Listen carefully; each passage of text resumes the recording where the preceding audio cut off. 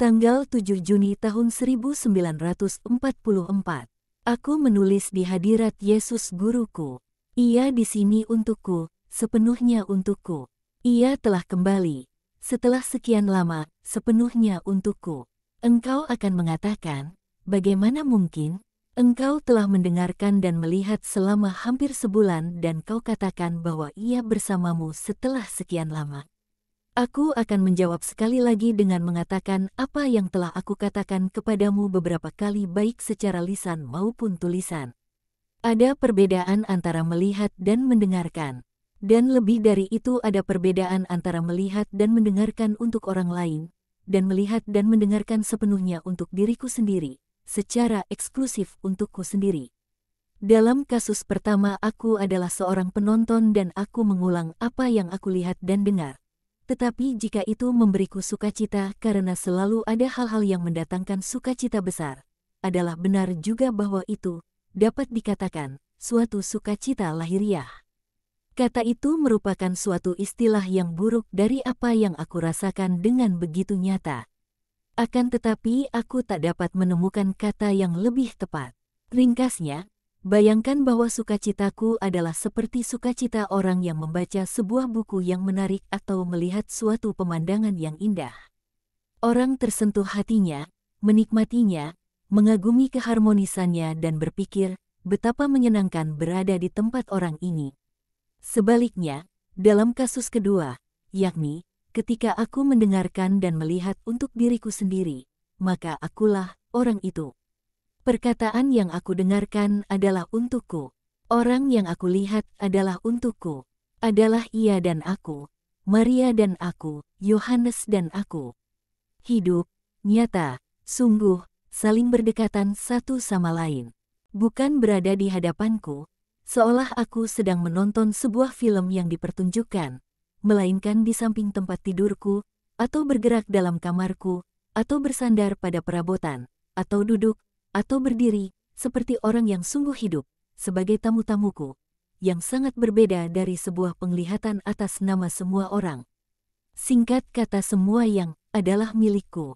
Dan Yesus ada di sini hari ini, sesungguhnya ia ada di sini sejak kemarin siang, dengan jubah wol putih biasanya, yang agak putih gading. Dan yang sangat berbeda dalam berat dan warnanya dari jubah maha indah yang ia kenakan di surga dan yang kelihatannya terbuat dari linen non-material, dan yang begitu putih hingga tampak seolah ditenun dari benang seterang cahaya. Ia di sini dengan jari jemarinya yang lentik panjang berwarna putih berujung gading tua, dengan raut wajah tampannya yang panjang pucat di mana matanya yang manis mendominasi berwarna safir tua bersinar di antara bulu matanya yang coklat lebat yang berkilau dengan pantulan merah pirang.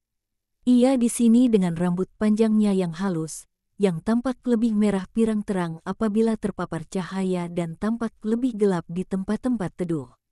Ia di sini, dan ia tersenyum kepadaku sementara aku menulis mengenainya.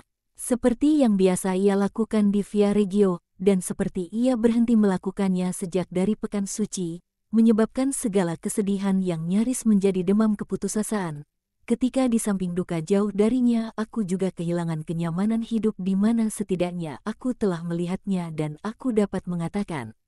Ia biasa bersandar di sana, duduk di sini ia membungkuk untuk menumpangkan tangannya ke atas kepalaku, dan di mana sanak saudaraku telah meninggal. Oh, terkecuali jika orang mengalaminya, ia tak akan dapat mengerti.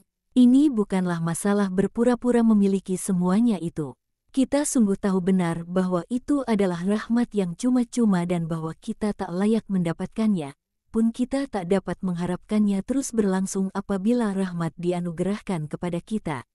Kita tahu itu. Dan semakin banyak rahmat itu dianugerahkan kepada kita, semakin kita merendahkan diri kita dalam kerendahan hati, mengakui kemalangan kita yang menjijikkan dibandingkan dengan keindahan tak terhingga dan kekayaan ilahi yang memberikan dirinya ke atas kita. Tetapi bagaimanakah pendapatmu, Pater? Tidakkah seorang anak ingin bertemu ayah dan ibunya, atau seorang istri suaminya? Dan apabila kematian atau perpisahan yang lama menghalangi mereka bertemu dengan orang-orang yang mereka kasihi, Tidakkah mereka menderita dan tidakkah mereka mencari penghiburan dengan tinggal di mana mereka dulu tinggal? Dan apabila mereka harus meninggalkan tempat itu, tidakkah mereka menderita 2 kali lipat? Sebab mereka kehilangan juga tempat di mana kasih mereka kepada sanak yang dirindukan terbalaskan. Dapatkah mereka yang menderita demikian dicela? Tidak. Dan bagaimana dengan aku? Bukankah Yesus adalah Bapa-Ku dan mempelaiku? Lebih terkasih, jauh lebih terkasih dari Bapa dan mempelai yang terkasih? Dan begitulah ia bagiku. Engkau dapat menilainya dengan bagaimana aku berperilaku pada saat kematian ibuku. Aku menderita, tahukah kau? Aku masih menangis, sebab aku mengasihinya, kendati karakternya.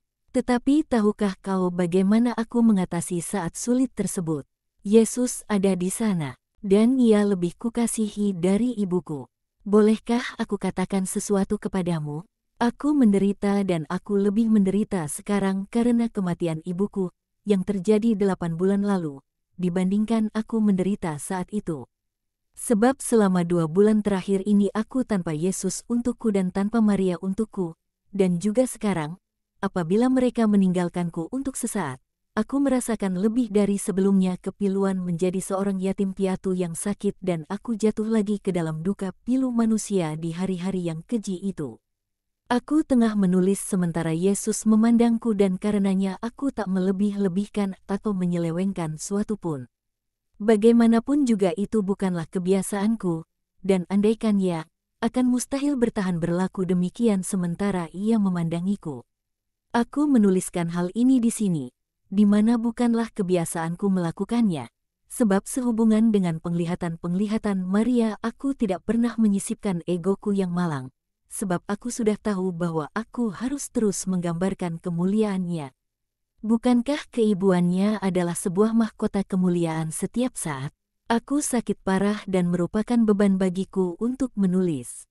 Dan sesudahnya aku merasa sangat lemah. Namun demi membuatnya dikenal, agar ia dapat lebih dikasihi, aku mengabaikan semuanya. Apakah bahuku sakit? Apakah hatiku menyerah? Apakah aku menderita sakit kepala yang menyiksa? Apakah suhuku naik? Tak masalah. Biarlah Maria dikenal, cantik dan terkasih sebagaimana aku melihatnya melalui kebaikan Allah dan kebaikannya. Dan itu cukuplah bagiku.